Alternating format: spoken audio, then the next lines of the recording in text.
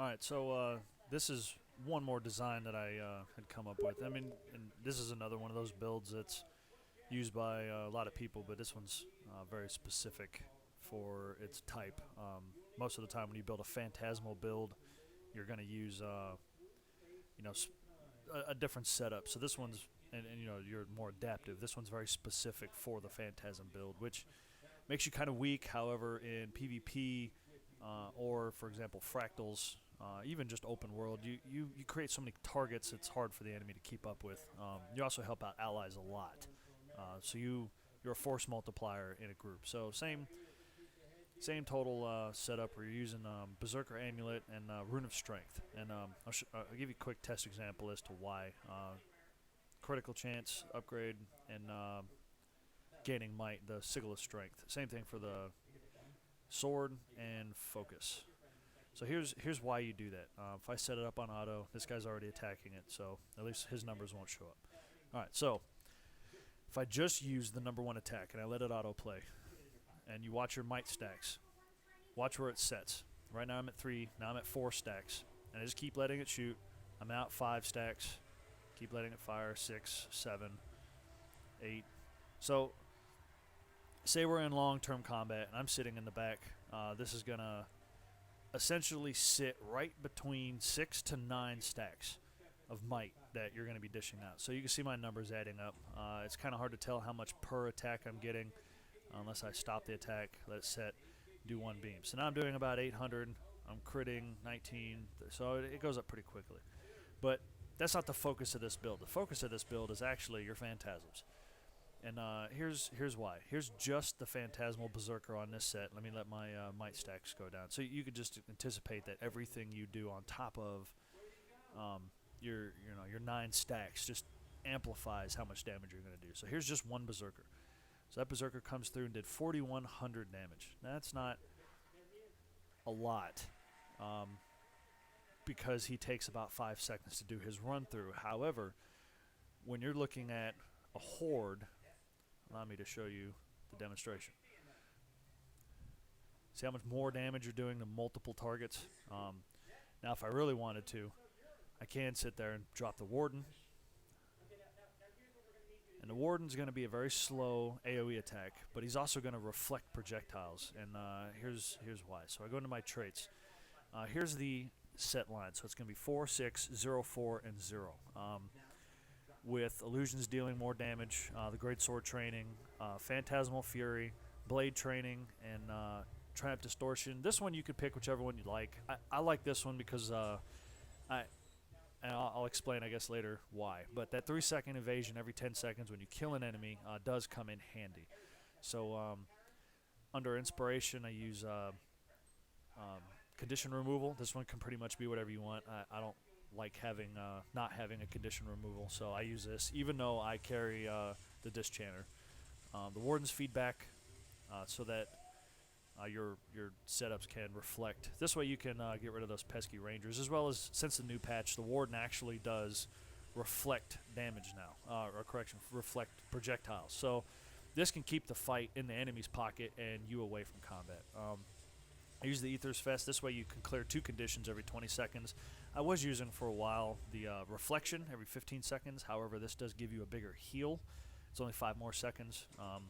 You could use that one if you wanted to clear every 15 seconds. I use the Defender, the Dischanter, and a Decoy just so I can get away from combat. And again, the Mass Visibility. If you've seen any of my other videos, the reason why I use Mass Visibility was because of timing. So here's why the that illusion comes in, or the this ability comes in handy. So Triumph Distortion. Every time you drop somebody and you kill them, you gain 3 seconds of distortion. Then if you shatter 3 illusions, you gain 3 more seconds. These don't stack, but you can use them in conjunction. 3 seconds out of your 10 for recharge puts you at 7 seconds. So you're now looking at 7 seconds to survive. You also have a dodge. You have Blurred Frenzy that puts 2.5 seconds of evade on you. So now you're at 4.5 seconds that you have to survive. So from the time that you are in a fight, this is just a tank. You drop your Defender. Now, if you see how he works, when he hits, I'm sorry, I have my basic attack on. Watch his basic attack. When he swings that hit, it's actually an AoE attack, which isn't bad. He's also granting illusionary defense on me. So any damage I take, actually half of it gets transferred to him. He's also casting regeneration on me. That's just from one guy.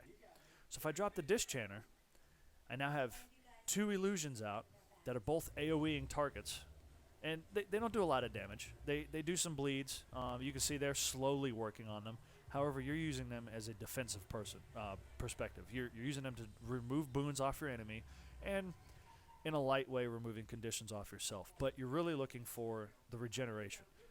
They're regenerating each other. If I click on this illusion, hold on. If I send in another one and they're close enough, they'll actually put that on top of each other. So see, now the regeneration is actually stacking among each other. So they'll keep each other alive, as well as that's very important for your defender. Since he's taking half of your damage, he's trying to, while he's healing himself, you have to have more than one out at a time. While he's healing himself and making him harder to die, you're keeping your defense on longer. Now, that's just the initial drop. So this should be your first rotation.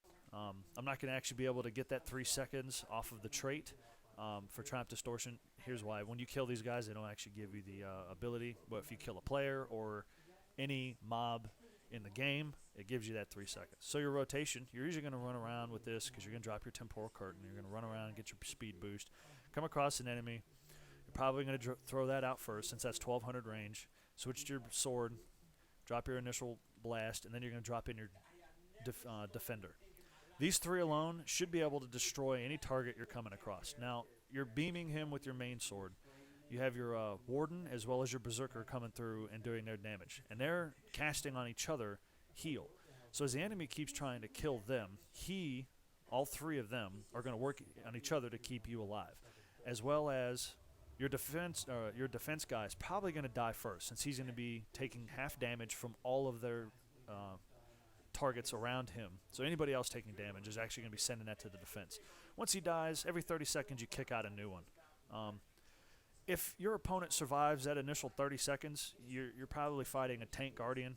At this point, if he hasn't come straight after you, he's probably a noob. If you have a pro tank guardian, obviously you're going to be dodging around. You're probably not going to stay in your sword very long. If he's going to come for you, once all your illusions are out, you're going to want to switch back to your main sword. Use your Blurred Frenzy.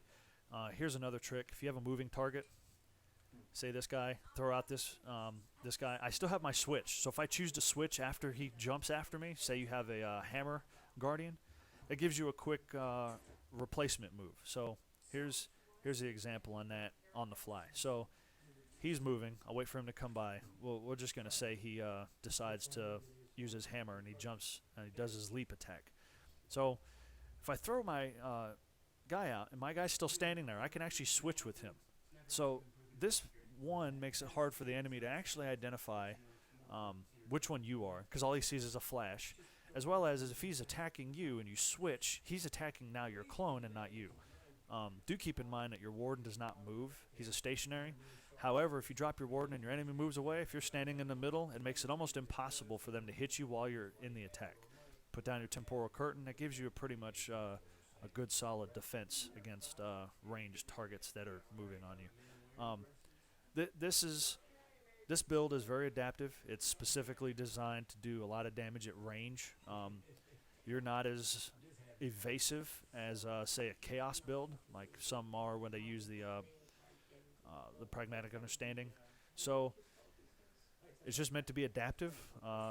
This works for me. It may not work for you. However, you can choose to tweak it, adjust it, or ignore this one altogether. You can check out my Shadow build if you want a lot of damage. It's just a trade-off. So this is my Phantasmal build. Hope you enjoyed. Thanks.